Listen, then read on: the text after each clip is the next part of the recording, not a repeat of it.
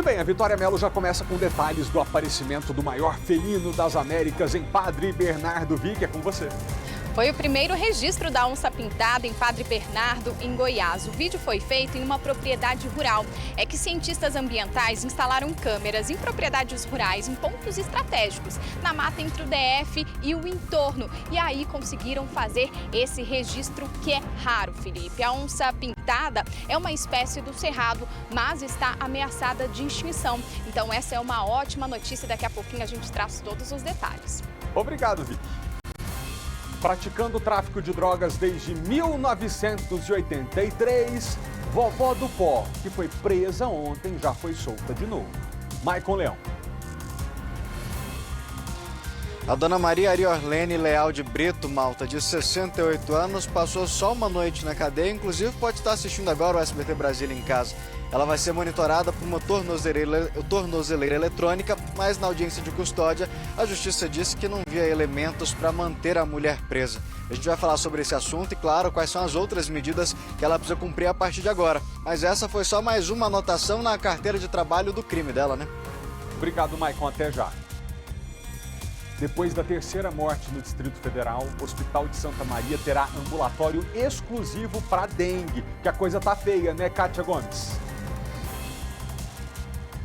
Tá feia sim, viu, Malta? E o ambulatório já está funcionando. O Distrito Federal já registrou mais de 45 mil casos prováveis da doença. E como você falou, 3 pessoas já morreram apenas este ano.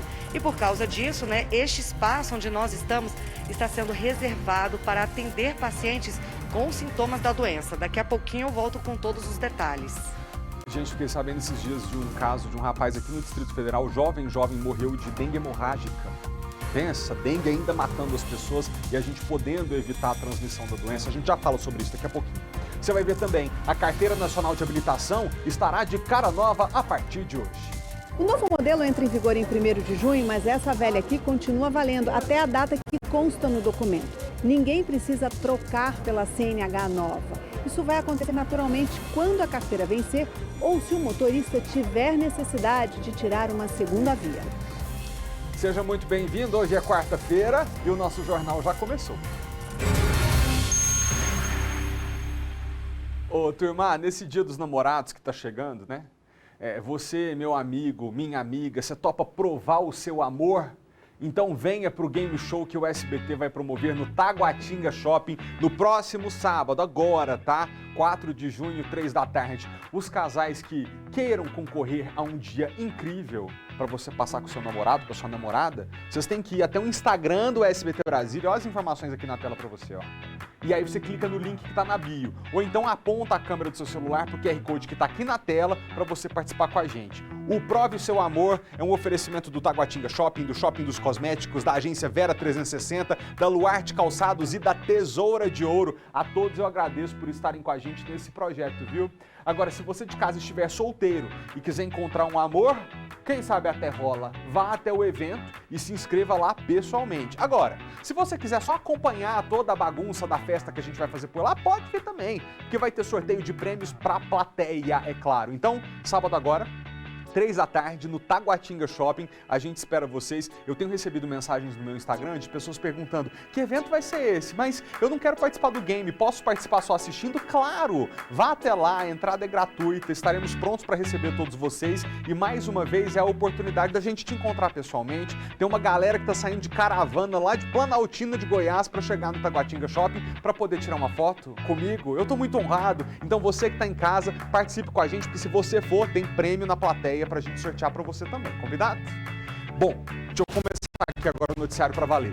Ontem a gente mostrou aqui o caso da vovó do pó, que estava em prisão domiciliar e foi presa de novo pela Polícia Civil na segunda-feira. A primeira passagem dessa senhora de 68 anos por tráfico de drogas data de 1983. 1983. O Brasil estava na ditadura aí. Agora, a justiça concedeu a ela novamente o direito de ficar em prisão domiciliar, dessa vez usando uma tornozeleira eletrônica. Maicon Leão, será que agora ela para ou vai virar home office? Malta, acho que a gente já tem essa resposta, né? Ela já estava em prisão domiciliar, ela já estava cumprindo medida e continuou cometendo o mesmo crime. Como você bem disse, a primeira passagem aconteceu lá atrás, ela estava com apenas 30 anos de idade e de lá para cá foram várias e várias outras, sempre pelo mesmo crime, por tráfico de drogas. Só para atualizar quem está em casa, essa mulher foi presa lá no Sol Nascente, na Chácara 15, acusada de tráfico de drogas. No local, ela estaria vendendo crack em um bar, no mesmo local da propriedade em que ela mora. Os policiais então montaram um cerco, observaram o movimento e conseguiram registrar inclusive o momento em que ela vendia porções de crack para um outro homem. E aí eles prenderam a mulher em flagrante por tráfico de drogas, encontraram várias porções de drogas lá com ela, inclusive dinheiro em espécie, e aí ela foi presa. A gente contou ontem isso aqui no jornal. Só que ela passou pela audiência de custódia, ficou somente uma noite presa e já foi colocada em liberdade. A juíza substituta diz que ela precisa usar a tornozeleira eletrônica, mas que não via motivos para manter uma prisão. Ela disse o seguinte: a conduta da autuada não evidencia periculosidade exacerbada a ponto de justificar qualquer segregação antes do momento constitucional, ou seja, depois que ela for julgada. E para a juíza, a aplicação de medidas cautelares é compatível com o caso. Essas medidas são, Malta, essa mulher vai ter que ser monitorada agora pela tornozeleira eletrônica, ela não pode se aproximar a cerca de 1 quilômetro do local. Detalhe, esse bar em que ela foi presa é o mesmo local em que ela mora, ou seja, ela vai precisar mudar de endereço. E aí ela tem 5 dias para informar à justiça onde que é esse novo endereço, já que ela não pode voltar para o local onde ela foi presa. Pelo menos agora, Malta, a polícia vai conseguir monitorar onde é que essa mulher está e tentar saber se ela continua ou não traficando. Mas se em 38 anos a mulher continua cometendo o mesmo crime, vai presa, volta, vai presa, volta, e aí tem uma carta de liberdade dessa, assim, é quase um atestado de que não pode cometer o crime, que a gente só vai assinar um papelzinho aqui e te coloca de novo em liberdade. Essa é a sensação que o povo tem, ainda mais quando as pessoas encontram a gente e falam, não dá para acreditar que vocês estão contando de novo a mesma história da mesma pessoa que foi presa ontem e agora já está em liberdade. Olha, evidentemente que essa senhora solta, ela é menos perigosa para a sociedade do que outro tipo de criminoso que aborda as pessoas à mão armada, que coloca a vida das pessoas em risco. E como se trata de uma senhora de 68 anos de idade, é natural que a gente sinta, de certa forma, até dó. Porque uma pessoa que está beirando os 70 anos de idade precisar praticar o crime de tráfico de drogas, talvez para sobrevivência, é algo de se lamentar mesmo. Isso, estou pressupondo que ela precise disso para sobreviver, o que atenuaria um pouco, né, até moralmente, o que essa senhora está fazendo. Agora, não dá para a gente passar pano completamente, porque da mesma maneira como ela pode estar em dificuldade, quando ela pratica o tráfico de drogas, especialmente drogas pesadas, que provocam dependência química imediata e muitas vezes irreversível, ela está contribuindo para destruir outras famílias em sequência. Então, eu lamento muito que se trata de uma senhora de 68 anos de idade, que deve ser tratada com devido respeito, que é uma pessoa que está chegando quase 70 anos de idade, ela precisa de um mínimo de humanidade, mas quando está praticando um crime tão cruel com outras famílias, ela precisa ser parada, né? Ela precisa ser detida. É preciso que ela pare de cometer esse crime em nome das famílias que ela tem prejudicado nos últimos 38 anos vendendo entorpecentes. Obrigado, viu, Maicon, pelas informações. Gente, cientistas ambientais fizeram o seguinte, eles instalaram câmeras em pontos estratégicos do Distrito Federal e do entorno, porque eles queriam observar o comportamento de espécies que são nativas aqui da nossa região. Vocês acreditam que eles conseguiram um registro de uma espécie do cerrado que está ameaçada de extinção? Todo mundo ouve muito falar, é quase uma lenda, mas quase ninguém nunca viu, né? É a onça pintada. Vitória Mello está com um dos responsáveis por esse estudo com a gente ao vivo. Vic, boa tarde para você. Assim, como a população de onças diminuiu drasticamente ao longo das últimas décadas, infelizmente por conta da caça e da ocupação desenfreada do território urbano, acaba sendo um alívio, né, para os pesquisadores ver uma imagem como essa. Os cientistas dizem que foi um registro raro, Felipe. Boa tarde a você, boa tarde a todos. Como você comentou, né, câmeras foram instaladas em áreas rurais que ficam entre o DF e o entorno. E aí conseguiram registrar, flagrar essa onça pintada lá em Padre Bernardo, em Goiás. Foi o primeiro registro da onça pintada no município. Aqui ao meu lado está o Pedro Martins, que é cientista ambiental, que vai explicar pra gente um pouquinho da importância desse registro, porque ver a onça pintada ali é um bom sinal, né? Com certeza. A ocorrência da onça pintada, ela não somente indica que existe uma qualidade suficiente para que ela sobreviva naquele território, né, naquela propriedade. E a sobrevivência da onça-pintada, ela representa um equilíbrio ambiental de todo um ecossistema. Então, a presença dela é um bom sinal para a ocorrência de presas, de qualidade ambiental e tudo que envolve a ocorrência dela naquele local. Vocês já estavam com esse estudo em andamento, essa parceria com as propriedades rurais, com os moradores, né, dessas áreas rurais. Qual era o objetivo, né, desse estudo? Então, na verdade, esse monitoramento que está em andamento, né, ele é uma união de esforços entre dois projetos principais, né, o projeto Orelha de Onça, que é um projeto local, e o coletivo Boca da Mata, que é um projeto socioambiental também aqui do DF, né, de Samambaia. E o nosso principal objetivo com esses monitoramentos voluntários é justamente levar a conscientização não somente para os proprietários rurais, mas para moradores, turistas, todas aquelas pessoas envolvidas, para a comunidade, da importância da ocorrência da biodiversidade que muitas vezes eles nem têm conhecimento que aparece ali, né? Então, qual a importância do aparecimento desses animais, dessa fauna que muitas vezes é desconhecida? Por que preservar e qual a importância de se manter esses ambientes preservados? E ali pela imagem dá para ver que a onça tá toda bonitona ali, tá forte, e isso é muito importante. Exatamente, isso é inclusive um dos indicadores principais que a gente presta atenção durante esses registros, porque o indivíduo estando saudável, né, nas imagens a gente pode ver que é um indivíduo adulto, está bem alimentado, então isso é justamente um sinal de que está tendo oferta de presas, que ele está tendo território para se locomover, então isso justamente evita o risco de conflitos entre esses animais, principalmente predadores, e as pessoas, né, tanto para os animais de criação como o gado, quanto outros animais, cachorros. Então, a oferta de presas e de um ambiente de qualidade evita que essas onças se tornem uma possível ameaça ou problema para esses proprietários, né? É porque encontrar esses animais está cada vez mais difícil, né? A onça-pintada, uma espécie do cerrado, está ameaçada de extinção. Exatamente. Infelizmente, é uma espécie que já está praticamente extinta no sul, no sudeste, no nordeste brasileiro. E no cerrado, o cenário ainda é melhor, mas não tão diferente, né? Porque, infelizmente, a gente tem uma tendência de fragmentação do cerrado muito acentuada e muito rápida. Então, a expansão da agricultura, da pecuária, da mineração e de diferentes usos, né, da própria urbanização são, de certa forma, uma ameaça para a condição natural desses ambientes, que é fundamental para a sobrevivência não só da onça, mas de outros animais, né, da nossa fauna. Por isso é tão importante essa parceria, né, com quem mora em área rural. Exatamente, porque às vezes a gente se coloca num ambiente distante dessa realidade, né, para quem mora na cidade, por exemplo, mas a gente também tem responsabilidade com quem está lá diretamente em contato com esses animais, né? Então, a forma que a gente encontrou de contribuir foi justamente de oferecer esses monitoramentos de forma voluntária para levar a conscientização para quem realmente está ali com esse risco de conflitos e de encontros com esse tipo de animal, né? Como eles podem agir, qual a melhor forma de manejar a propriedade, os animais de criação para não ter nenhum tipo de conflito. Então tudo isso é muito importante, justamente o trabalho de base, né? Começar de baixo para aí a gente levando informação e conscientização para as pessoas. E uma dúvida, né, já que você comentou a questão de encontrar com um animal desses numa propriedade rural, o que é recomendado fazer? Então, eu sei que é uma questão que geralmente gera muito medo entre as pessoas.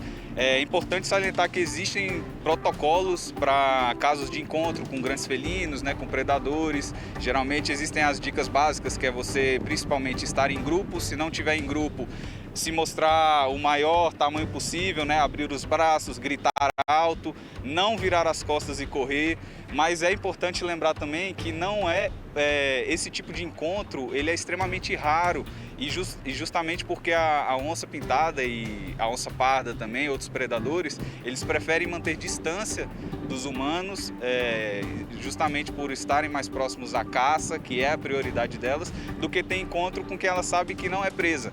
Então, muito dificilmente esses encontros acontecem, mas se acontecerem, existem esses procedimentos básicos. Pedro, a questão também, eu acho que o animal, ele foge do ser humano porque tem a questão da caça, né? Eles se sentem muitas vezes ameaçados também. Exatamente. Não à toa que o bicho já tem esse instinto de defesa e de ter esse receio natural de certas espécies, principalmente o humano, porque ele sabe que muitas vezes o ser humano já representa uma ameaça de cara. Então, só do nosso odor estar presente no ambiente, eles já detectam esse odor e já vão desconfiando e já vão procurando manter distância. Então, infelizmente, a caça ainda é uma cultura muito presente, não só no bioma cerrado, mas no Brasil inteiro. Então, o que a gente tenta quebrar é justamente esse misticismo em torno da onça, de que é sempre uma ameaça e de que a aparição dela pode ser algo perigoso, quando na verdade ela só traz notícias boas com a ocorrência dela, né? São bons sinais para o ambiente, para o ecossistema, para a oferta de presas e toda a qualidade do ambiente como no geral, né? O estudo vai continuar, né, para tentar observar, quem sabe, outras onças por aí, aqui no DF. Esse registro, a primeira aparição dessa onça pintada foi feita em fevereiro, né? A gente pegou só um take assim de parte do corpo dela e aí gerou toda essa expectativa. A gente aumentou o número de câmeras, juntamos forças entre os projetos para conseguir registrar ela mais vezes e acompanhar se é só um indivíduo que está lá, se existem mais indivíduos. Então a gente vai continuar esse trabalho, essa força-tarefa. A gente continue registrando ela e que ela se mantenha protegida, né, num ambiente ali de pessoas preocupadas com a existência dela e não o contrário, né, de pessoas mal intencionadas com a espécie, que é o que a gente quer evitar. Então, essa mesma onça já havia aparecido ou foram outras onças? Vocês conseguiram já ter uma ideia, né? Porque esse animal percorre uma área muito extensa para ter ideia de quantos tem por aqui, mas vocês já sabem se é mais de um animal, mais de uma onça? Exatamente. Então, a onça pintada, particularmente, ela tem um detalhe que é importante na identificação, que são as rosetas, né? São as manchinhas que ela tem pelo corpo. Então é como se fossem impressões digitais nas pessoas. Então cada onça tem um padrão específico dessas manchinhas, que é o que geralmente ajuda a gente a identificar diferentes indivíduos. Só que nas imagens que a gente tem até o momento não foram suficientes para a gente ter a certeza de que foram indivíduos diferentes ou se trata do mesmo. A gente está nesse processo de descoberta. O que a gente sabe até então é que é um indivíduo adulto, saudável, bem alimentado, não está gerando nenhum problema com fazendeiros, nem proprietários locais, o que é excelente. Então é isso, quanto mais o ambiente está preservado, quanto mais presas a onça tem, ela não tem o menor motivo de ser alvo, entendeu? De ser uma ameaça para esses proprietários. Muito obrigada, Pedro. É isso, filho. Mesmo se encontrar uma onça, não precisa se preocupar, como o Pedro disse, né? Pelo nosso odor, ela já sabe ali que não deve se aproximar, mas é bom manter distância, né? Você tem alguma pergunta para fazer ao Pedro? Ô, Vicky, eu tava aqui pensando, você vê que coisa boa, né? Nós que moramos aqui nas regiões mais urbanizadas do Distrito Federal, no Plano Piloto, Ceilândia, Taguatinga, onde a presença daquele conceito de cidade, asfalto, prédio, concreto é muito forte, talvez a gente não se dê conta da proximidade desse registro da gente. A cidade de Padre Bernardo está no entorno do Distrito Federal, logo depois, praticamente, da divisa entre DF e Goiás, e como sinalizou o Pedro há pouco, veja só você que está em casa, especialmente você que mora no entorno, o fato dessa onça ter aparecido saudável e bonita diante das câmeras não é um trunfo só para o ambientalista que está preocupado com a natureza, embora essa preocupação deva ser de todos nós, mas também é um excelente sinal para quem mora ali. Ai, Malta, como assim aparecer onça dá tranquilidade para quem mora ali?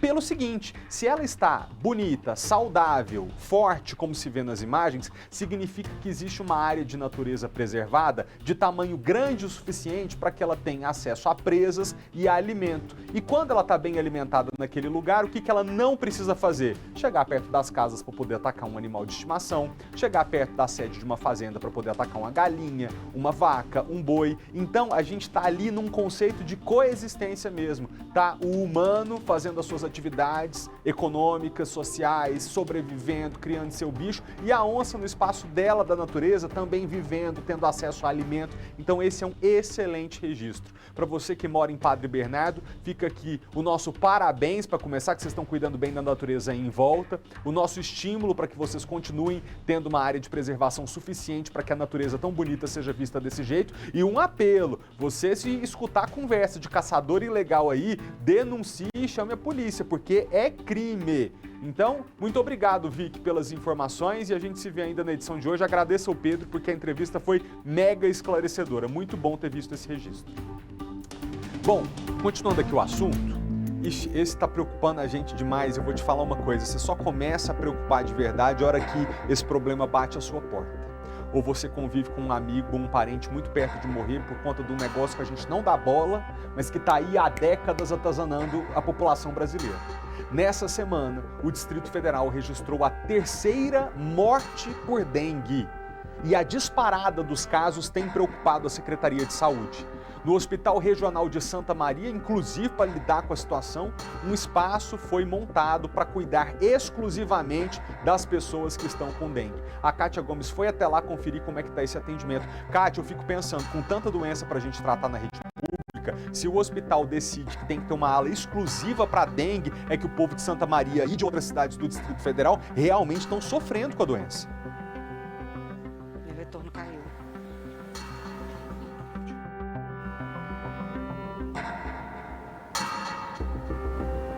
Ih, caiu, parece que a Kátia não tá me ouvindo. Daqui a pouquinho eu volto lá, tá, para falar com ela. Mas é isso, tá, gente? A gente vai ter as informações para você que mora em Santa Maria, também na cidade do lado que é Gama, região ali do entorno sul. Se tiver com dengue, no Hospital de Santa Maria tem uma ala exclusiva para tratar esse tipo de doença. Você sabe que tem remédio que você não pode tomar se tiver com dengue, né? Ou suspeita de dengue. Paracetamol, por exemplo, é um remédio que pode, mas dipirona não pode. Então fica aqui já um recado de começo, isso é que eu sei mesmo da vida. Mas daqui a pouquinho a gente volta para lá ao vivo para entender como é que está sendo feito esse atendimento por lá. As confusões entre alunos nas escolas públicas do Distrito Federal agora tem mais um capítulo triste que preocupa pais, mães, comunidade escolar. 2 adolescentes partiram para agressão e a polícia militar teve que usar spray de pimenta para colocar fim a uma briga que poderia ter tido consequências mais graves. 2 adolescentes trocam socos e chutes dentro da escola. Um militar se aproxima para separar a briga, mas os estudantes não obedecem. Outros policiais chegam e usam spray de pimenta. Um dos jovens é imobilizado. Os alunos que estavam em volta saem do local tossindo. O caso foi no fim da tarde desta segunda-feira, aqui no SED 1 da Estrutural. A escola tem gestão compartilhada com a Polícia Militar. A vice-diretora contou que já tinha informação de que alunos estavam querendo brigar na saída. Ela chegou a liberar as turmas de forma escalonada, o que não evitou a confusão. Eliana explicou que a tentativa de impedir a briga não deu certo, porque um estudante esperou o outro sair da sala de aula. Eles armam de uma forma para colocar na mídia e parecer que é... E ficar parecendo que é a polícia que está fazendo errado, e quando eles não estão.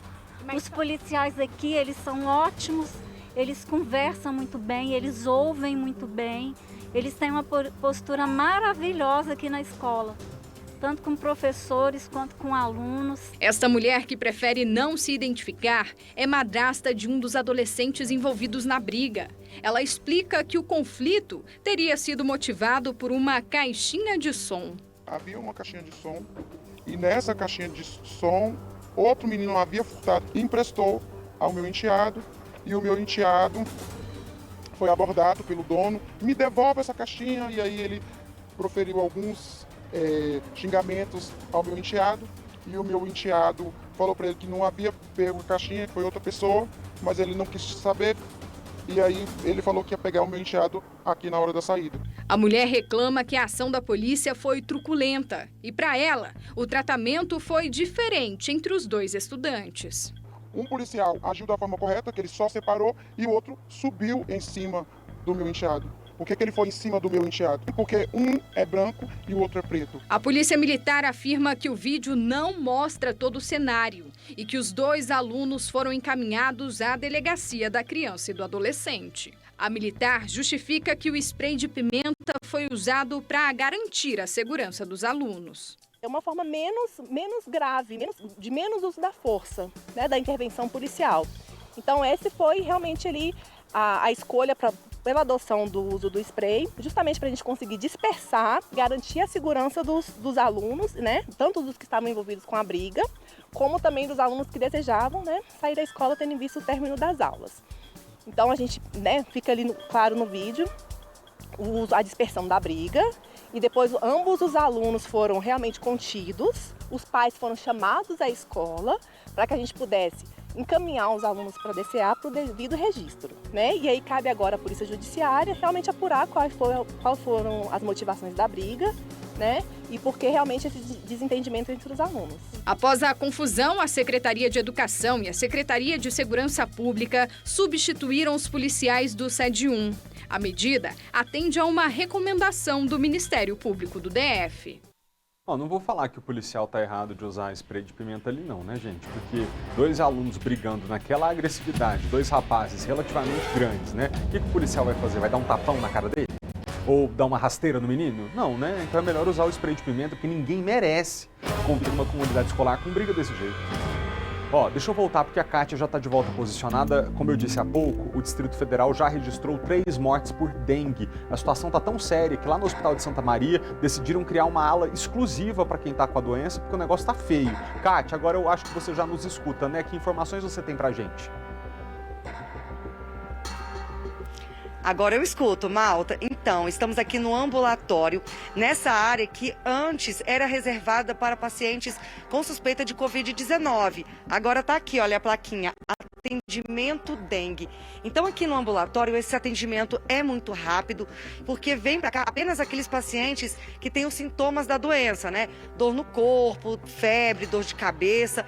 Aqui, como é que funciona esse atendimento? Eu vou explicar. Primeiro, eles passam pelo PS, né? Eles fazem uma avaliação, fazem a triagem, aqui eles medem a pressão, veem a temperatura e avaliam se a pessoa ela realmente tem os sintomas da doença. Se ela tiver os sintomas da doença, ela passa por aqui, onde ela faz a ficha dela médica.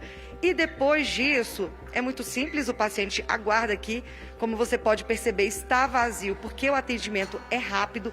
Então, todo mundo que passou por aqui hoje já foi atendido. E aí, depois desse atendimento, o paciente vai até um consultório, conversa com o médico, explica tudo o que está sentindo e, depois disso, o médico pede para ele fazer o exame, claro, para comprovar se ele está ou não com dengue. E se for necessário tomar alguma medicação, tem essa sala de medicação aqui, olha, reservada para esses pacientes, né? A gente, inclusive, vê que tem alguns pacientes aqui tomando a medicação, né? Algumas pessoas que chegaram aqui com sintomas.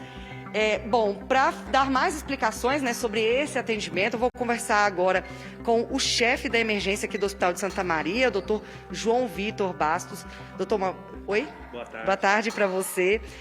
Eu fiz uma explicação aqui de como que funciona esse ambulatório, né? Então, é um atendimento exclusivo para aquelas pessoas que chegam aqui com sintomas da dengue, é isso mesmo? Isso mesmo, o atendimento aqui do pronto atendimento da dengue, ele foi criado para dar mais agilidade ao pronto-socorro, para dar mais dinamicidade, né?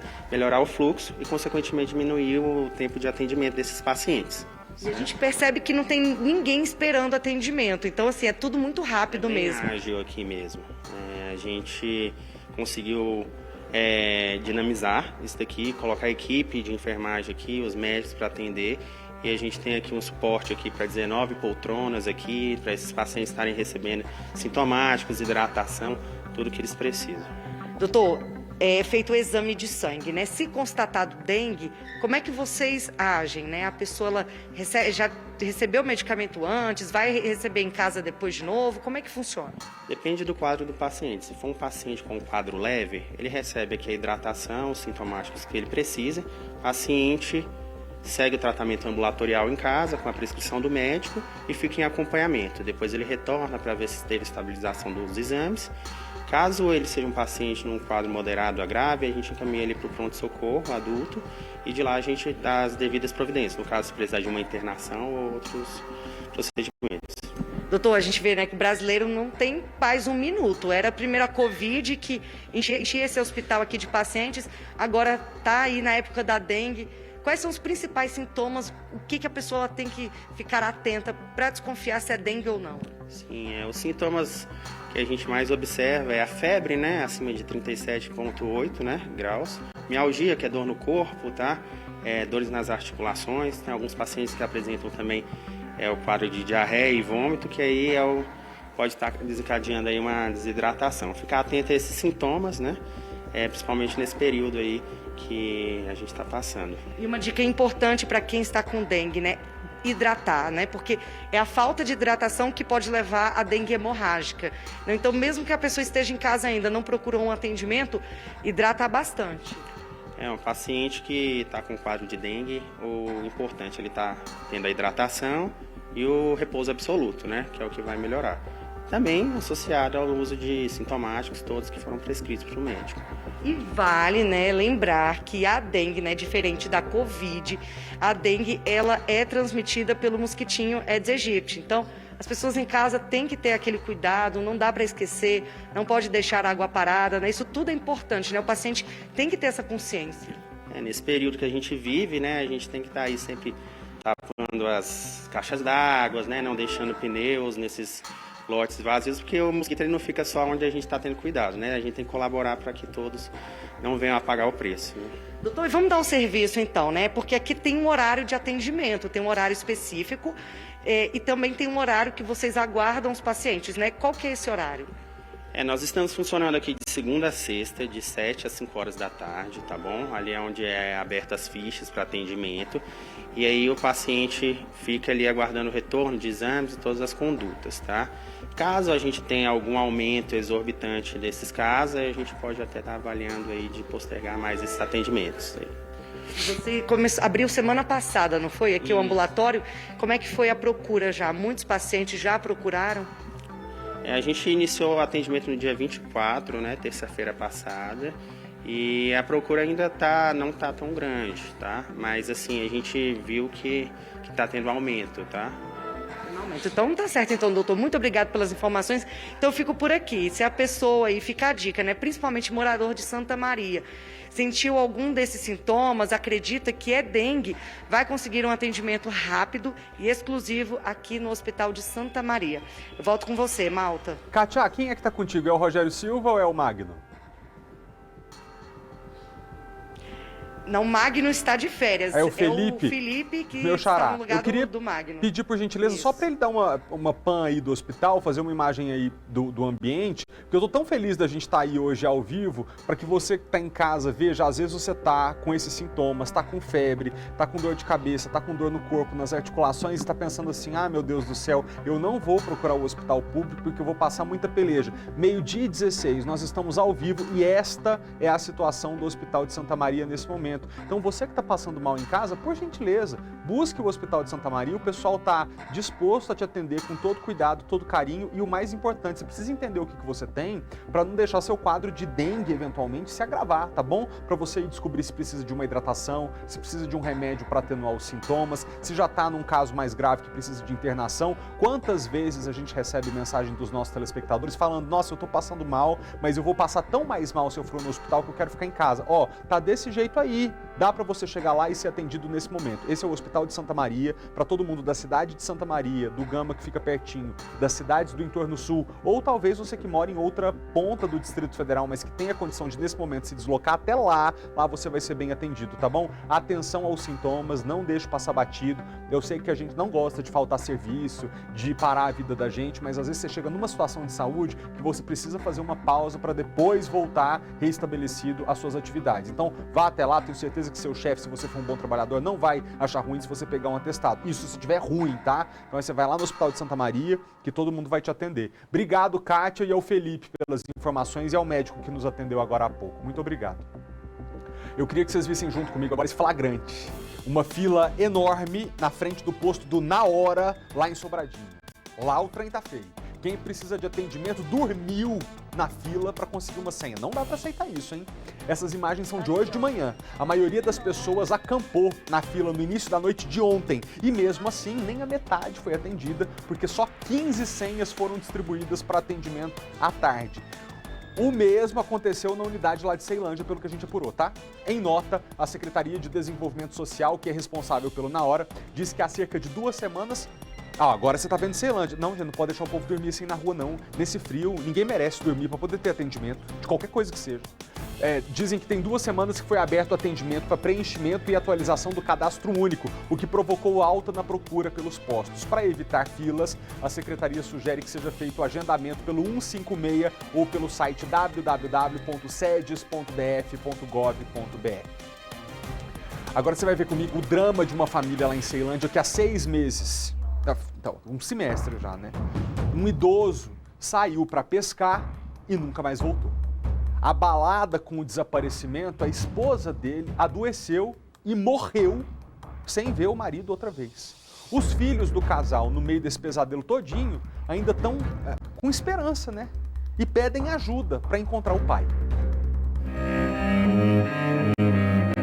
A tristeza é de uma filha que no dia do aniversário de 74 anos do pai, não vai passar a data com ele. É que seu Oswaldo desapareceu há 6 meses e de lá pra cá nenhuma notícia. Ele saía pouco, ele ficava muito dentro de casa, vendo televisão. Ele era muito teimoso, a gente falava com ele às vezes para não fazer, ele fazia. Mas ele era um idoso tranquilo, bem tranquilo. Mas ele é uma pessoa lúcida. Lúcido. Ia para banco. Banco. Se precisasse em algum lugar pegar um ônibus, ele pegava, metrô. Ele ia em mercado, padaria, ele ia, fazia as coisas dele. Seu Oswaldo saiu aqui da casa pela última vez no dia 22 de novembro do ano passado. Uma inquilina que morava aqui disse para a família que ele estava com uma vara e falou que ia pescar. E simplesmente saiu aqui pelo portão. Sem dizer o local exato da pescaria, seu Oswaldo saiu aqui pela rua, levando carteira, documentos, chave e desapareceu.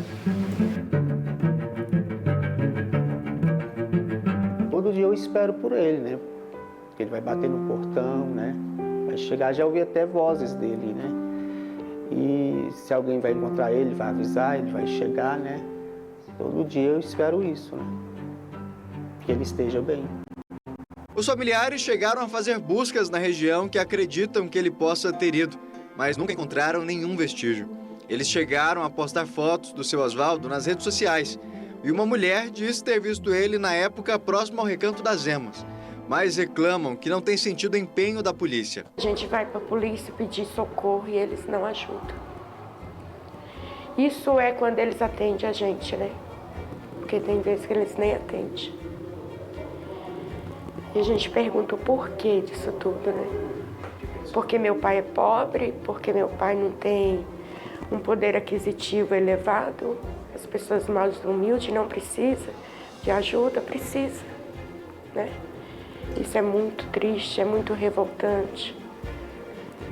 Além da gente estar passando por essa, eu falo que é tortura, ninguém está chegando na gente para ajudar, ninguém. Sem notícias do companheiro, a dona Celina, que tinha 68 anos, adoeceu e morreu há 3 meses. Aumentando o sofrimento da família. Eles moravam aqui só os dois, né? Então um fazia companhia pro outro. Eles nunca se viram um longe do outro, né? Então isso mexeu com ela muito. E toda vez que ela via um de nós, ela perguntava: seu pai, achou seu pai? Seu pai chegou em casa? Então eu falo que ela morreu de tristeza. O que eles querem é só saber o que aconteceu com o pai. Então não tá tendo vida. Não tá. Não existe.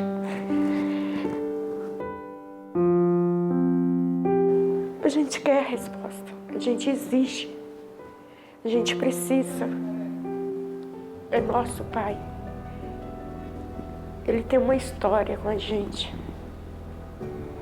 Isso não pode ficar assim. Não existe lei para que se resolva isso. Não pode. Essa tortura precisa acabar e já está demorando demais. Meu Deus do céu, que drama dos filhos, hein? O pai desaparece, a mãe não aguenta o sumiço, morre triste. O pai não volta para casa. Eles agora não sabem se estão órfãos completamente ou se o pai está vagando por aí. Em nota, a Polícia Civil disse que um inquérito foi aberto na 15ª Delegacia para investigar esse caso, mas que ainda não encontraram nenhuma pista do idoso desaparecido. Se você tiver alguma informação, você pode entrar em contato com o Disque Denúncia da Polícia Civil no número 197. Olha, a prefeitura do Novo Gama, a cidade onde o menino Caleb, de 2 anos, foi atacado por um pitbull do vizinho, informou que o garoto está recebendo assistência para troca de curativo, para fazer exame de raio-x, para se deslocar a consultas aqui no hospital de base, tudo com ajuda de alimentação e medicamentos. A prefeitura informou ainda que o CRAS e o Conselho Tutelar estão acompanhando o caso de perto. O Caleb estava com a mãe quando foi atacado por um pitbull que simplesmente se soltou da coleira do dono e acabou tendo cortes profundos na bochecha, no olho e na boca. Está se recuperando, embora até ontem, quando a gente estava ao vivo com a mãe dele, com a Kátia Gomes lá, no Novo Gama, a informação é de que o menino estava até com dificuldade para se alimentar porque a língua estava cortada. Você vê que coisa triste, né? Ó, tem em casa cães de certas raças que são tidas como ferozes, a exemplo dos pitbulls, é um assunto que sempre levanta polêmica, né? E hoje a gente quer prestar o serviço aqui de jogar luz sobre esse tema para entender o que é mito e o que é verdade. Para começar, eu queria pedir a sua ajuda, tá? Aponta a câmera do seu celular para o QR Code que vai aparecer aqui na tela, aqui no cantinho. Você abre a câmera, aponta para o QR Code e isso te leva até a nossa enquete. Você responde a seguinte pergunta: você acha, pelo conhecimento que você tem, na sua opinião, que a lei deveria proibir a criação de pitbulls? Deveria ser proibido por lei uma pessoa ter pitbull em casa? Temos 3 opções de resposta para você participar com a gente. Sim, os ataques costumam ser graves, isso para você que acha que independentemente do dono, do lugar, o pitbull é uma raça que não poderia ser permitida a criação. 2 não, é direito da pessoa ter o cachorro que ela quiser. Essa é a sua opinião, você marca a número 2. E a terceira e última alternativa é, olha, a lei não deveria proibir, mas eu acho que o dono tem que se responsabilizar por tudo, por criar o cachorro direito e por eventuais consequências que a posse desse cão venha a trazer. Daqui a pouquinho a gente vê a resposta de vocês ao vivo. Nessa enquete você também pode mandar comentário, tá? E a gente vai tentando ler aqui conforme a gente vai fazendo o nosso debate. Para começar a nossa conversa, a veterinária Natália Cano está com a gente e defende que o pitbull não é agressivo por natureza, não, que tudo depende da criação. É isso, Natália? Boa tarde para você. Boa tarde, exatamente isso. Importante a gente desmistificar nessa informação. Raça não é sinônimo de agressividade, então a gente sabe que tem diversas raças que a gente considera, né, um estereótipo de dóceis e podem ser agressivas da mesma forma. A gente tem alguns registros, Natália, obviamente quando acontece, não tem sido raros esses registros aqui no Distrito Federal de cães da raça pitbull que atacam ou crianças pequenas ou animais de pequeno porte, até cavalo. A gente mostrou recentemente que os cães vão na direção do cavalo. A que você atribui, então, esse comportamento agressivo desses animais? Existem diversos fatores que podem estar envolvidos nessa agressividade. É importante, principalmente, a gente pontuar a questão da castração. Então, a gente sabe que o fator hormonal influencia bastante nessa agressividade. E em relação à criação, né? Então, a consciência do tutor que tem esse animal, já sabendo desse potencial, educar esse animal desde filhote para que ele não tenha esse comportamento agressivo. Se junta ao nosso papo nesse momento é o Rafael Leandro, que é treinador de cães e empresário. Ô Rafael, você explica que essa raça naturalmente tenderia à atividade de pastoreio, à caça, até por questões genéticas. Então eu estou querendo te perguntar se eu entendi certo. Mesmo com uma criação adequada, é natural que o pitbull seja mais bravo? O que você pensa? Então, é muito relativa essa situação, essa pergunta, porque é como dizer que todo pai que não educa o filho vai se tornar bandido. Já pensou? Existe uma possibilidade gigantesca de uma pessoa não se tornar realmente, da pessoa se tornar um bandido mesmo tendo uma excelente educação. No caso do pitbull especificamente, a gente tem que lembrar da origem do cachorro. Qual é a origem dessa raça?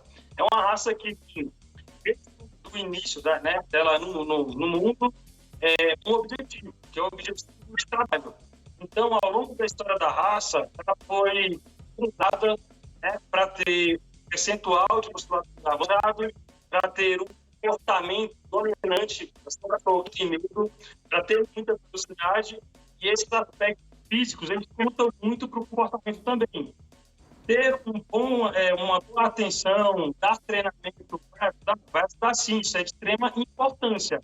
Mas ainda assim, ao longo dos 13 anos que eu treino cães, com mais de 5.300 cães atendidos, eu conheci pessoas extremamente responsáveis que tiveram cães extremamente agressivos dessa raça. Eu não posso dizer que o Pitbull é agressivo, isso é totalmente errado. Muito pelo contrário, eles costumam ser assim, cães extremamente dóceis, cães bons. Porém, é uma raça que não pode ter qualquer tutor ou dono, como preferir chamar.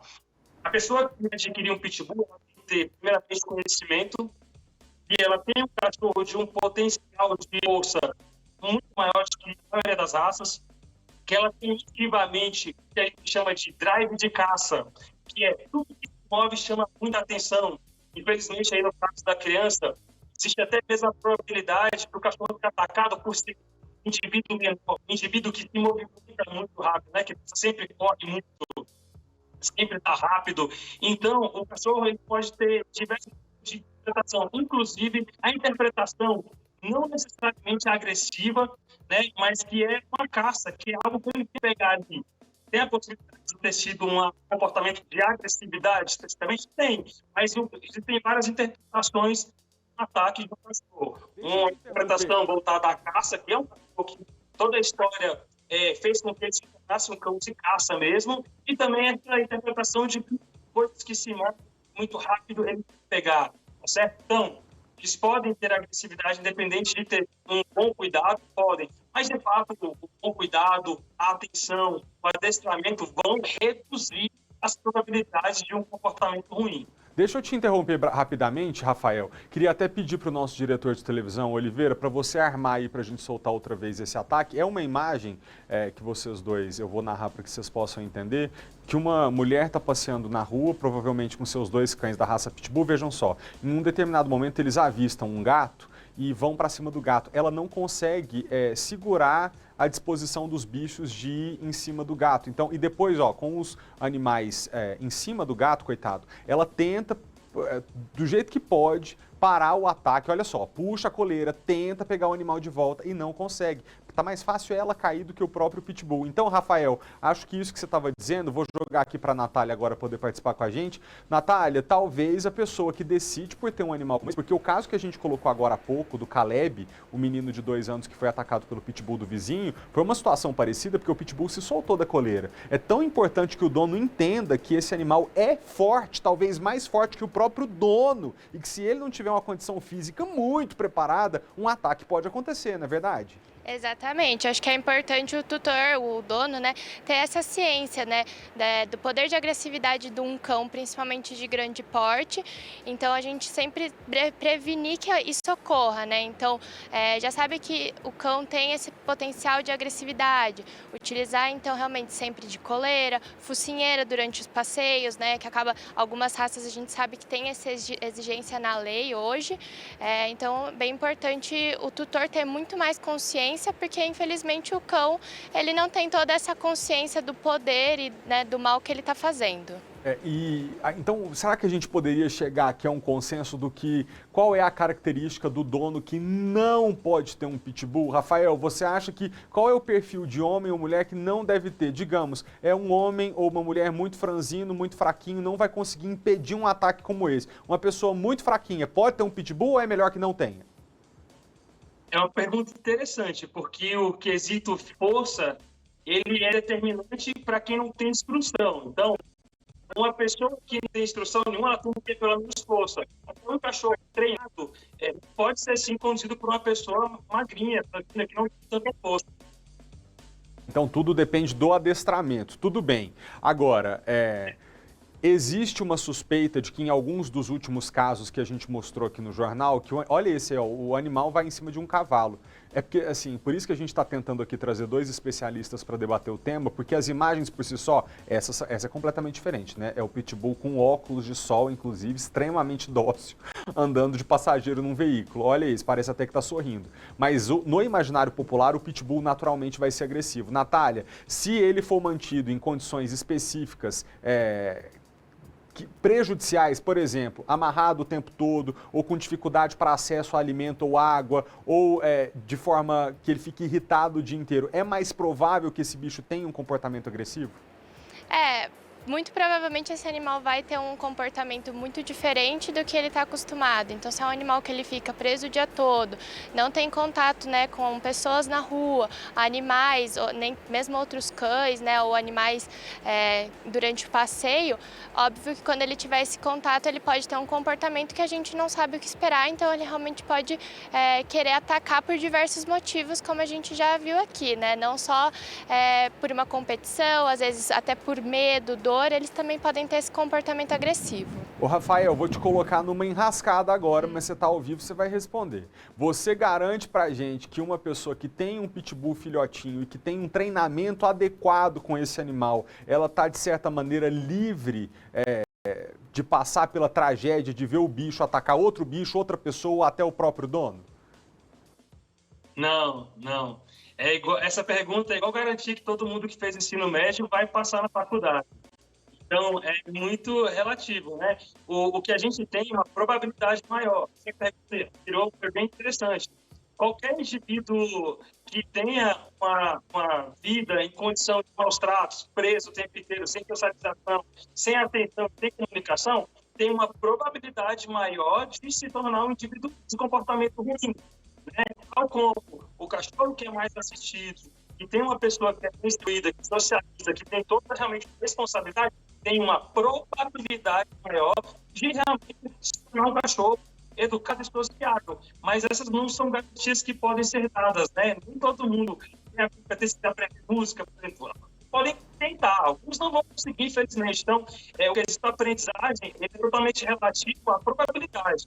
E realmente, tudo que a gente tiver de ferramenta para aumentar as probabilidades de bons resultados, a gente tem que trabalhar. Mas não existe garantia de aprendizagem para nós, seres humanos. Entendi. Deixa eu ler aqui alguns comentários dos nossos telespectadores. Olha, enquanto isso a gente pode ver, né, diretor, algumas das imagens fofinhas dos pitbulls, para a gente não dizer que tem só ataque. Tem imagem bonitinha rodando na internet também, e muitos dos donos de pitbulls defendem que eles podem ser uma raça dócil, dependendo da maneira como são manejados dentro de casa. Mas olha, a Larissa Prado disse, olha, obviamente que não se deve proibir, o animal não nasce agressivo, o que conta é o modo como ele é criado. Então, o verdadeiro animal é o dono, não é o cachorro. Obrigado, Larissa. A Alessandra está dizendo, Malta, é só educar essa raça, porque ele não nasce mal, a maldade está na criação do dono. Ana Beatriz disse, não deve proibir, sendo pitbull ou não, o dono é que tem que se responsabilizar pelos atos dos animais. Eu tenho uma pitbull que é mais dócil do que o pincher, menino, mas se for para poder colocar no ranking de braveza, o pincher dispara, né, gente? Olha esse que tá na tela agora,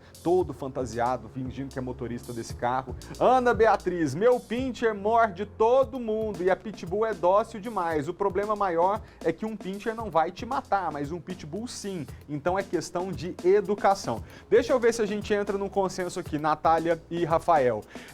Eu acho que a pessoa que decide, portanto, em ter um pitbull tem certas coisas que todos podem fazer. Por exemplo, saiu de casa para você não ter que confiar na instrução que você deu ou na força do seu braço, coloca a focinheira no teu cachorro, porque se dá na cabeça dele que ele vai atacar alguém, esse ataque pode ser fatal. O que você acha para começar, Natália? Com certeza, essa é uma dica super de ouro e eu acho que assim, é importante a gente ressaltar que não vale só para os pitbulls, né? Acho que o Rafael também vai concordar, mas a gente tem que considerar que existem animais que têm comportamentos que realmente podem ser inesperados durante o passeio. Então é importante o tutor ter essa ciência para quando ele for passear, tomar as devidas precauções. Rafael, mesmo uma outra raça que não seja pitbull, e eu tô tirando assim do rol daquelas tidas como agressivas, que é o pastor alemão, o Doberman, o Rottweiler, até um outro bicho não evidentemente bravo, ele pode atacar. Então talvez a focinheira valha para todos? Como é que é? A lei hoje no DF, ela se dirige a cães de potencial de força alto e cães especificamente voltados ao trabalho de guarda. Então, esses cães têm obrigatoriedade de utilização da focinheira. Uma coisa interessante é que, assim, eu particularmente sou um defensor do pitbull. Eu conheço pitbulls extremamente mansos. Só que o que as pessoas não podem também acreditar é que o fato do cachorro dela não ter sido colocado em uma situação que ele possa expor uma agressividade não torna manso de fato. Então, assim, eu tenho um pitbull na minha casa e ele é extremamente manso. Eu não posso dizer que ele é manso sem que ele tenha um contato com a experiência com outros cães, com um cavalo passando próximo a ele, com a criança correndo. Por que eu digo? As pessoas não fechem os olhos e abdiquem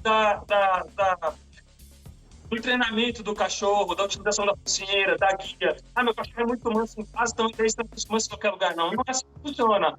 Nunca acredite que esse cachorro que vai agir da mesma forma que ele age em casa. Está num ambiente controlado, confortável, com o seu amor, com o seu cuidado. Rua com outros estímulos pode fazer com que ele age de uma outra forma.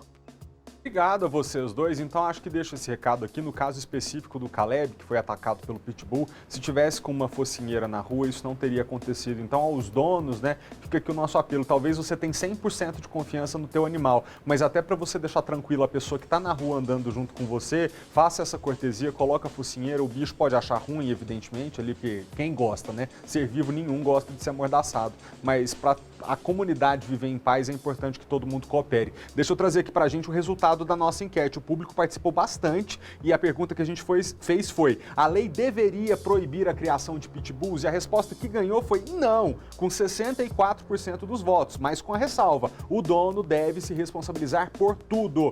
32%, que é uma parcela importante do nosso público, 1 de cada 3 telespectadores dizem que sim, que a lei deveria proibir porque os ataques costumam ser graves. E 4% apenas disseram que é direito da pessoa ter o cachorro. Então, a vasta maioria, quase todo mundo, ou diz, olha, devia proibir, ou então, se não proíbe, que tenha regras. Muito obrigado, Natália e Rafael, pela participação. Até a próxima, viu? Muito obrigado a vocês aqui pela participação no debate.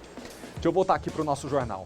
A polícia investiga o furto a uma joalheria dentro de um shopping no Guará. E o que impressiona foi a audácia do ladrão, que entrou na loja por um buraco no teto e ficou bastante tempo lá dentro. Claro que tudo foi registrado pelas câmeras de segurança. O filme 8 Mulheres e um Segredo conta a história de criminosos que planejam e roubam um colar avaliado em milhões de dólares.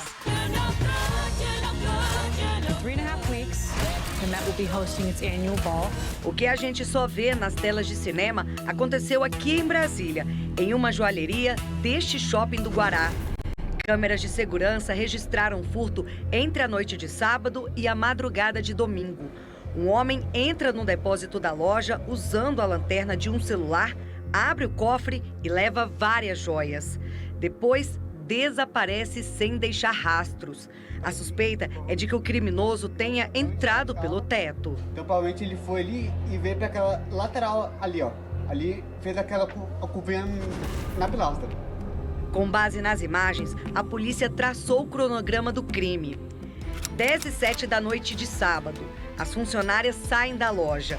10h34, uma luz aparece, vindo do forro da loja, na altura do teto do estoque. 10h36, há um clarão na câmera de segurança. 10h39, um celular surge em frente à câmera com a lanterna ligada. 3h07 da madrugada de domingo. Um homem desce a escada do estoque da loja vindo do teto. Ele fica nos fundos do estabelecimento até 4h04. Segundo a polícia, nesse intervalo, o suspeito subiu e desceu a escada 2 ou 3 vezes. A dona da loja só descobriu o furto quando o estabelecimento foi aberto na tarde de domingo. No local, a Polícia Civil encontrou um pé de cabra e um martelo. Já foram feitas 2 perícias e hoje deve ser feita uma terceira para tentar descobrir como o criminoso entrou e saiu e ninguém percebeu. A Coordenação de Repressão aos Crimes Patrimoniais, COPARTRE, investiga o caso. Até o momento, o autor do furto não foi preso. O prejuízo ainda está sendo calculado, mas, segundo a proprietária, o criminoso levou muitas joias. Em nota, o shopping disse que permanece à disposição das autoridades de segurança pública para contribuir com as investigações que estão em andamento.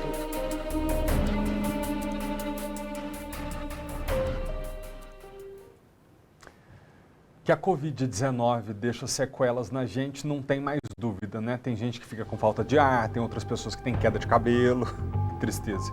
Muitas pessoas têm relatado até perda de memória. Agora, inchaço Inclusive o inchaço que a cantora Joelma tem apresentado no rosto e que ela explicou como possível consequência da Covid-19, isso assustou muita gente. Eliana Bicudo, infectologista, boa tarde para a senhora. Eu não tinha visto, hein, doutora? Ninguém fica inchado, não. Acontece isso mesmo? Então, boa tarde a todas. Essa não é realmente uma apresentação da síndrome pós-Covid comum ou tratado. E quando a gente olha as imagens da Joelma, a gente percebe parece mais um efeito colateral do uso do corticoide. Que corticoide realmente é uma medicação que a gente pode usar para sequelas da Covid, como sequelas pulmonares, sequelas articulares, inchaço, assim, um edema que a gente chama facial uniforme, realmente não é comum. Entendi. Então, quando a pessoa está ali com Covid-19, em alguns casos, é receitado o uso de corticoide para atenuar outras questões relacionadas à Covid. Aí todo mundo sabe, né, que o corticoide, principalmente se for o oral, porque aquele dermatológico diz que não incha, né? Teve uma vez que eu estava com uma ferida na pele, eu passei corticoide, fiquei morrendo de medo de ficar mais inchado aqui na televisão. A médica falou, larga de ser doido, o que passa na pele não incha, não. Mas enfim, o que toma incha, né, doutora? Pode ter sido o caso da Joelma. Eu imagino que sim. Pela característica da imagem, não parece ser um quadro clínico da Covid-19, entendeu? Isso, para mim, me parece uma medicação que ela está usando e que provavelmente deve ser corticoide. Aproveitando a presença da senhora aqui, ó, tô vendo um monte de gente pegando Covid. Graças a Deus, pelo menos os casos que a gente tem relatado, têm sido leves, uma Covid que atinge mais a garganta, as vias aéreas superiores e menos o pulmão. Mas realmente a gente está precisando voltar a ter um pouco mais de cuidado, né, doutora Eliana? Porque a Covid está se espalhando outra vez. E sempre considerar que, mesmo em quadros leves, a gente está vendo sequelas da Covid, como esquecimento, problemas de raciocínio mais lento, pacientes que ficaram com perda de olfato mais tempo, audição, paladar. Então, essa ainda com características muito bem definidas, que a gente conhece muito bem as sequelas que podem ter. Então, mesmo em quadros leves, você pode evoluir com cansaços, que a gente chama, né, de síndrome da estafa crônica. Então, o ideal é não pegar Covid. Muito obrigado, doutora Eliana, pela participação e pelos esclarecimentos mais uma vez. Bom trabalho para a senhora. De volta ao noticiário, a gente trata agora do caso das 5 crianças que foram atropeladas na semana passada por um motorista embriagado e sem carteira de habilitação. O Francisco Manuel da Silva, de 53 anos. A boa notícia que nós temos é que aos poucos essas meninas estão se recuperando e o Maicon Leão está com a gente ao vivo porque ele acompanha a história desde o começo e tem as informações. Maicon, pelo que a gente entendeu, apenas uma delas continua em terapia intensiva. As outras estão melhorando mesmo?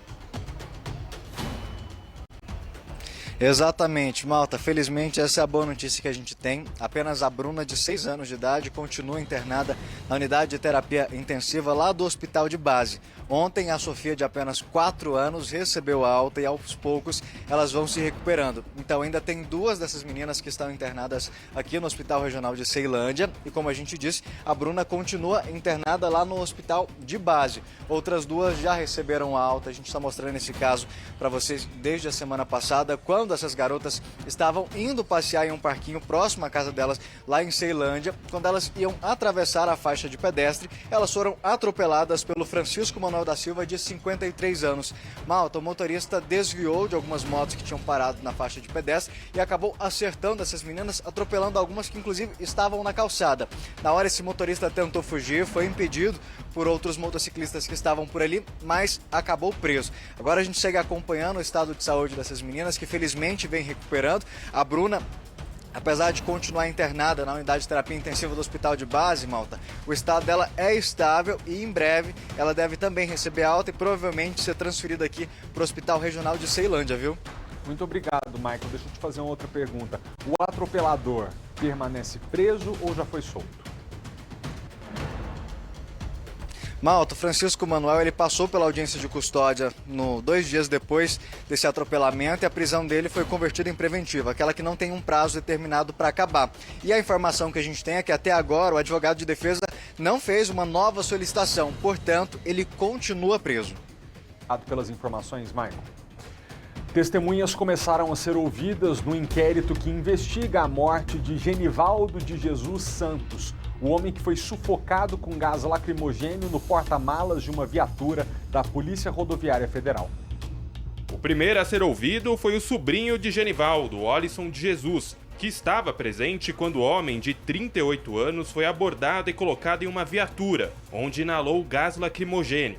Pelo menos mais 10 pessoas devem prestar depoimento, além da viúva e da mãe de Genivaldo. O vice-presidente da República, Milton Mourão, defendeu a apuração dos fatos. O presidente já deixou claro ali, né, a nossa visão, né, se erros foram cometidos, sejam apurados, né, e punidos na forma da lei, né? É assim que funciona. Em meio às investigações, o governo publicou no Diário Oficial da União a exoneração do diretor executivo da Polícia Federal, Jean Coelho, o segundo na hierarquia, e do diretor de inteligência, Alan da Mota Rebelo.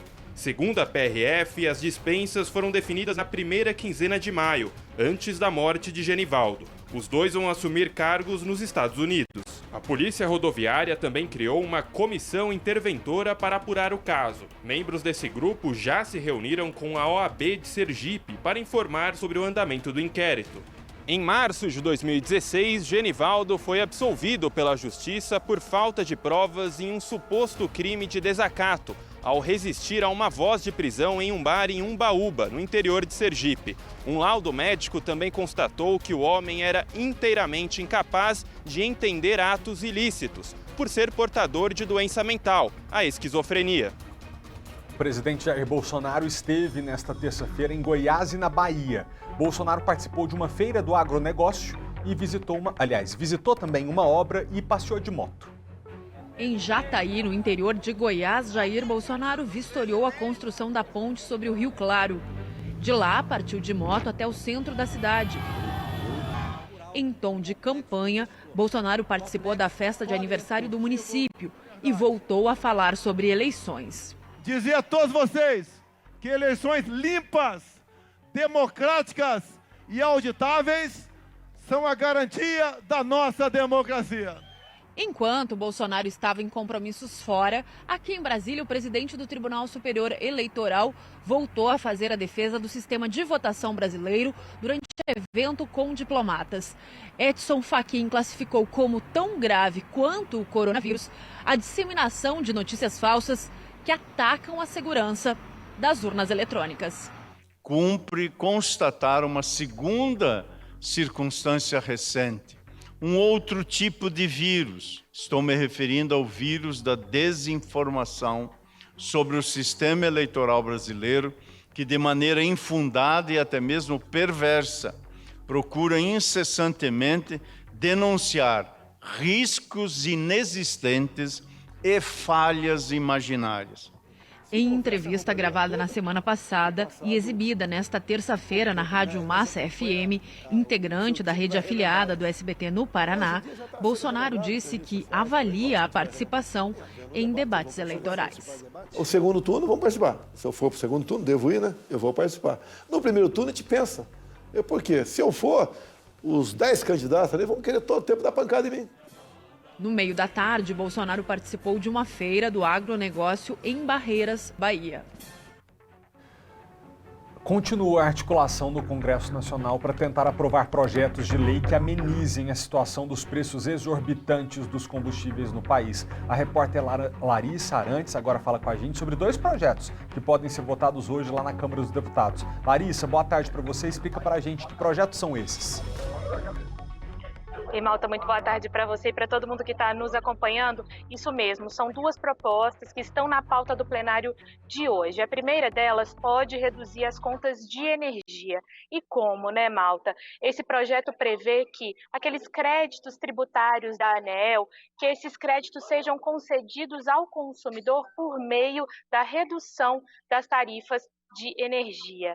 E aí quem está nos acompanhando pode se perguntar, mas como, né? O que são esses créditos tributários? Ano passado, por exemplo, o Supremo Tribunal Federal determinou que a composição ali de tributos deveria mudar e, portanto, isso teve um impacto ali nas regras da ANEEL e isso fez com que alguns valores ali tivessem sido calculados a mais a partir desse entendimento do Supremo Tribunal Federal, o que gerou, então, portanto, esse crédito e o projeto busca, então, regulamentar essa devolução, entre aspas, por meio aí do abatimento, então, das tarifas de energia. Já o outro projeto, ele prevê o esclarecimento, a transparência em relação ao como é feito o cálculo do preço dos combustíveis para o consumidor final, ou seja, né, para que isso fique bastante explícito para o consumidor final. Mas ele também determina que os custos de produção e refino levem em consideração a moeda nacional e não o dólar, né? Portanto, isso também pode ter um impacto para a redução dos preços, mas essa proposta aí iria interferir na política de preços da Petrobras, então o debate deve ser deve ser um debate mais longo, né? Em relação já à conta de energia, esse projeto que pode, então, reduzir as contas de energia, a discussão aí deve ser um pouco mais efetiva e, portanto, né, a gente segue acompanhando essa votação aqui no plenário da Câmara de hoje, Malta. Muito obrigado, Larissa. Deixa eu falar com você agora sobre as eleições que estão chegando. A Polícia Federal vai usar carro blindado e convocar até 400 agentes para garantir a segurança dos candidatos à presidência da República. Esse esquema começa no dia 16 de agosto e vai custar 57 milhões de reais. O trabalho envolve monitoramento de ameaças pelas redes sociais e também pretende evitar atentados como o que Bolsonaro sofreu em 2018. A estimativa da Polícia Federal é usar de 300 a 400 agentes na segurança direta dos presidenciáveis. Análises de risco vão determinar a distribuição do efetivo para cada candidato. A PF admite que os nomes de maior apelo popular terão segurança reforçada. O critério já foi informado aos coordenadores de campanha. É notório que é uma eleição que até o momento vem se mostrando bastante polarizada. Mas isso não implica necessariamente em dizer que é uma eleição com maior risco. O custo da operação é estimado em 25 milhões de reais. Outros 32 milhões de reais foram usados na compra de equipamentos, como 71 novas viaturas blindadas e coletes à prova de balas. O aparato estará disponível para cada presidenciável após a homologação das candidaturas em agosto. O presidente Jair Bolsonaro vai contar com a maior estrutura, já que tem à disposição também o Gabinete de Segurança Institucional por conta do cargo. Caso não seja reeleito, o substituto vai continuar apenas com a segurança da Polícia Federal até a posse. A partir do momento que ele toma posse, a gente entrega a segurança, né, a uma passagem ali de bastão para o GSI. Caso o candidato eleito seja o atual presidente, a segurança continua com o GSI, né? Agora uma atenção você que dirige. A Carteira Nacional de Habilitação está de cara nova. Além dos detalhes que tornam mais difícil a falsificação, o novo documento poderá ser utilizado até para você embarcar nos aeroportos brasileiros. Este é o novo modelo da Carteira Nacional de Trânsito. Ficou mais verde e ganhou detalhes em amarelo, com tinta e hologramas que dificultam fraudes. A informação de que trata-se de um documento que habilita a dirigir está também em inglês e francês, mas isso não dispensa o condutor de tirar a Permissão Internacional para Dirigir, a PID.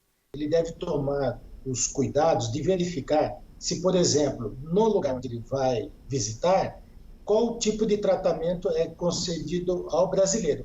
Por exemplo, alguns estados como a Flórida aceita a carteira nacional brasileira. Então, é necessário que a pessoa tenha a PID válida.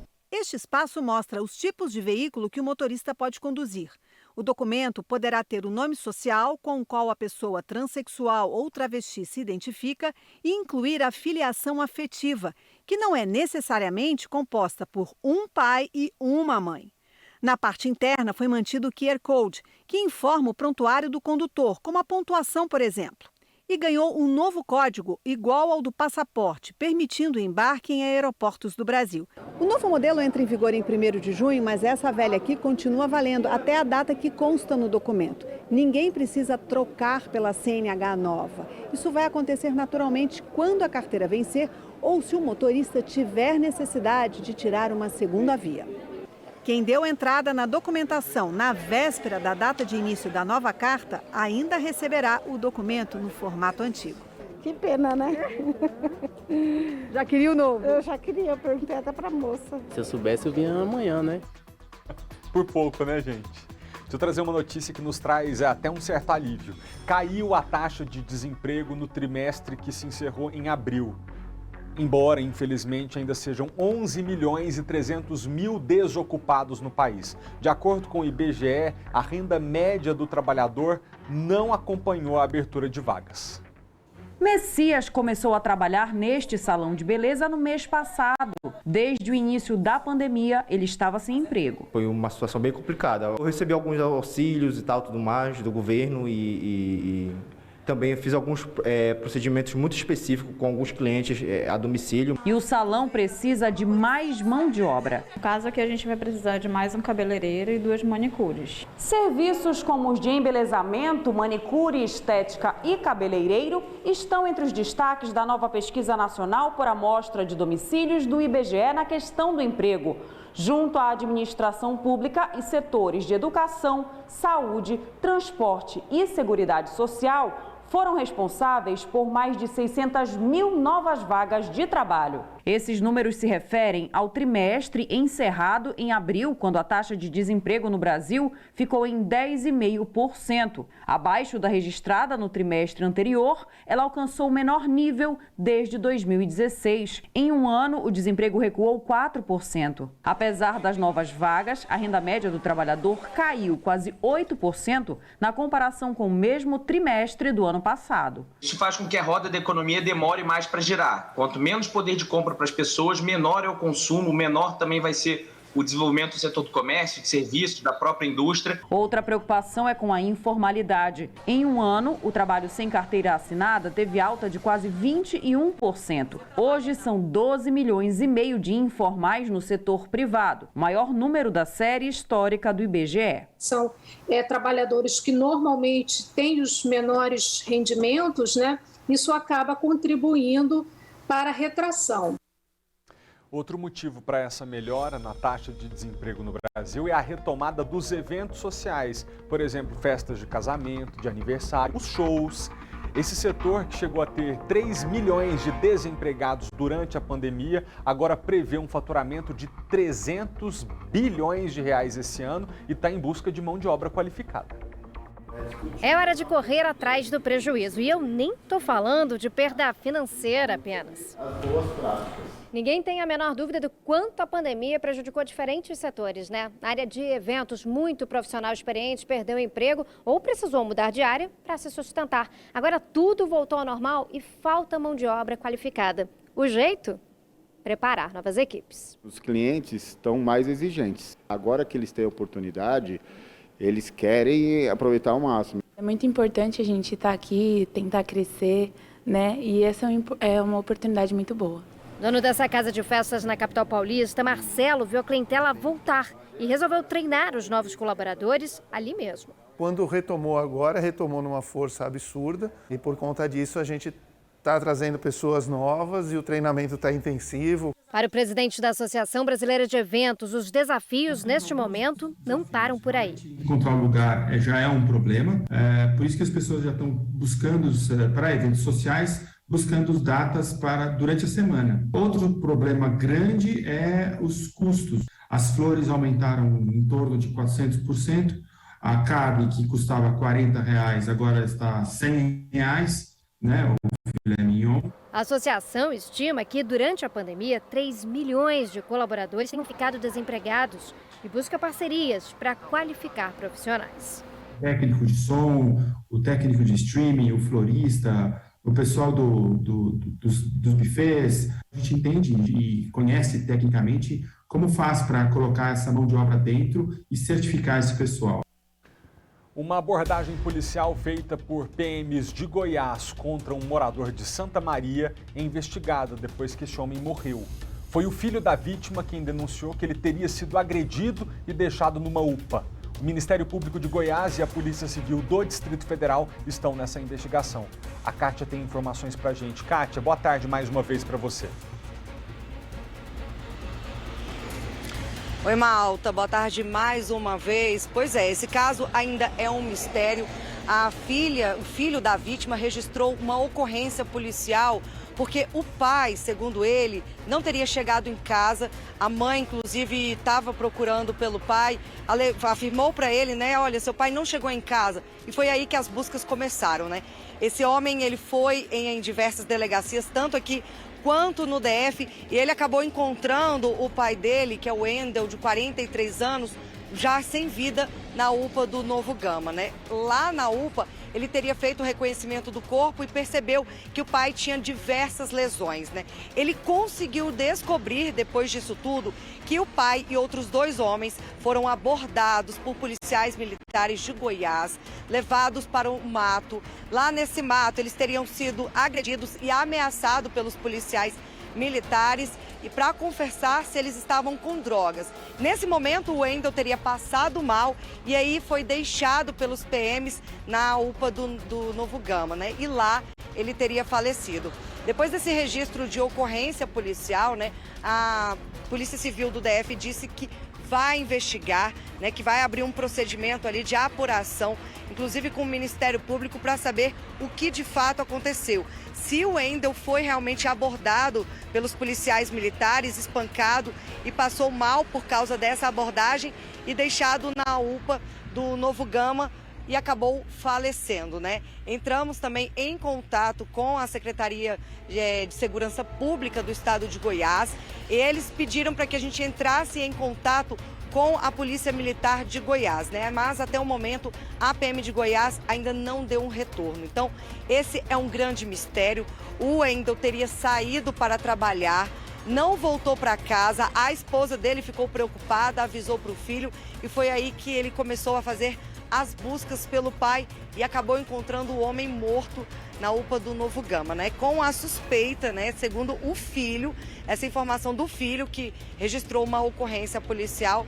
Segundo o filho, o pai teria sido agredido por policiais militares. A Polícia Civil do DF disse que está apurando, né? Como eu falei, e que o filho, mesmo ele tendo contado essa versão, ele não estava no local no momento que essa abordagem teria acontecido. Então, tudo vai ser apurado para saber realmente o que aconteceu e as testemunhas, né, desse caso, as pessoas ali que teriam visto o Wendel sendo abordado pela Polícia Militar de Goiás, essas testemunhas ainda vão prestar depoimento para esclarecer o que de fato aconteceu, Malta. Obrigado, Kátia.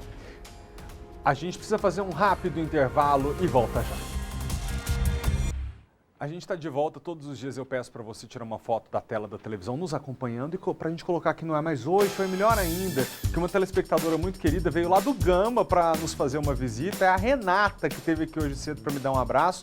Ô Renata, muito obrigado, viu, pela sua vinda até aqui, você vir lá do Gama para vir aqui para poder dar um abraço em mim, deixa esse apresentador muito envaidecido. Queria também mandar um abraço para seus filhos, né, para o Ian e para a Gabriela que estavam nos acompanhando, ela até fez uma chamadinha de vídeo para eu poder conversar com os meninos. A Gabriela tinha acabado de acordar.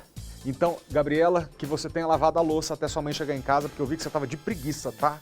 Se você tiver tirado uma foto aqui do nosso jornal, manda para @FelipeMaltaTV, tá aqui na telinha. Bota aí pro pessoal ver, Ronald, por gentileza, que aí você manda e aí eu coloco aqui no ar sempre que possível para te agradecer pela companhia de todos os dias. A gente não botou... @FelipeMaltaTV. Muito obrigado, viu, gente? Vocês estão sempre aqui com a gente, isso é muito importante para mim e para todos nós. Deixa eu continuar agora o nosso conteúdo. Mais de 4.000 contribuintes que foram sorteados com prêmios em dinheiro pelo programa Nota Legal ainda não resgataram com o dinheiro. Uma dessas pessoas foi sorteada para ganhar um prêmio de 100 mil reais. Não, brincadeira, a pessoa ganhou 100 mil reais e até agora não indicou a conta bancária no site. Será que você de casa é uma dessas pessoas que está deixando 100 mil reais para trás? Vitória Melo, pelo amor de Deus, 100 mil reais, eu dava uma baixada bonita na prestação do meu apartamento. O que essa pessoa está perdendo tempo? É com você, amiga. Não é, Felipe, eu também não tive essa sorte, viu? Infelizmente. Para ter uma ideia, são mais de 1 milhão em prêmios não resgatados. Pessoas que ganharam 5, 10 e até 100 mil reais, como você disse. Então, se você está na dúvida se ganhou ou não, dá uma olhadinha lá no seu e-mail. O sorteio ocorreu no dia 24 de dezembro do ano passado e aí a própria Secretaria de Economia manda um e-mail para o contemplado. Mas se você não recebeu o e-mail e quer conferir, é só entrar no site do Nota Legal, porque assim que você faz um login, o próprio site já mostra ali um alerta se você foi contemplado. Bom, olha só, o prazo para informar a conta bancária para receber esse prêmio vai até o dia 22 de junho. Se você não informar a conta bancária, esse valor volta para os cofres públicos do DF. Mas, Felipe, pessoas como eu, como você, que não ganharam, né, nenhum prêmio, ainda tem chance, porque o primeiro sorteio do Nota Legal de 2022 já tem data marcada, vai acontecer no dia 28 de junho. Podem concorrer às notas emitidas no período entre 1º de maio e 31 de outubro do ano passado. Vão ser mais de 12 mil prêmios que vão de 100 reais a 500 mil, Felipe. Então, imagina só se com 100 mil a gente já fazia uma festa, né? Você já aí acabava um pouquinho com a sua parcela do apartamento. Imagina 500 mil reais, é muita coisa. Vai que chegou a nossa vez. Vai não, que... A minha tem que chegar que eu boto CPF em tudo. Obrigado, Vitória. Beijo, valeu.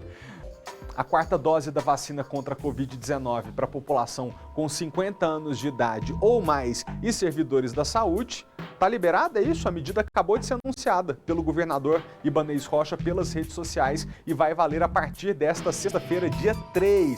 A Secretaria de Saúde ainda vai divulgar os postos de vacinação para esses grupos. A 4ª dose só pode ser aplicada 4 meses depois do recebimento da 3ª. Então, lembre de conferir a data na sua carteira de vacinação antes de ir para o posto, né? Para você não perder a viagem. E agora uma última notícia. Um incêndio atingiu um restaurante da quadra 301 de Águas Claras. A gente recebeu imagens de telespectadores. O restaurante tem uma cobertura de palha. Ah não, que tristeza. Isso foi agora de manhã, né? Segundo os relatos, o fogo está sendo agora. 1h19, você está vendo isso aí, imagem praticamente ao vivo que a gente acabou de receber. O fogo acabou, está se espalhando rapidamente. Uma grande coluna de fumaça preta foi vista nos prédios vizinhos. O corpo de bombeiros já está no local e a gente ainda não tem informações sobre feridos. As causas do incêndio ainda estão sendo investigadas. Obrigado pela sua companhia. Agora é hora do esporte.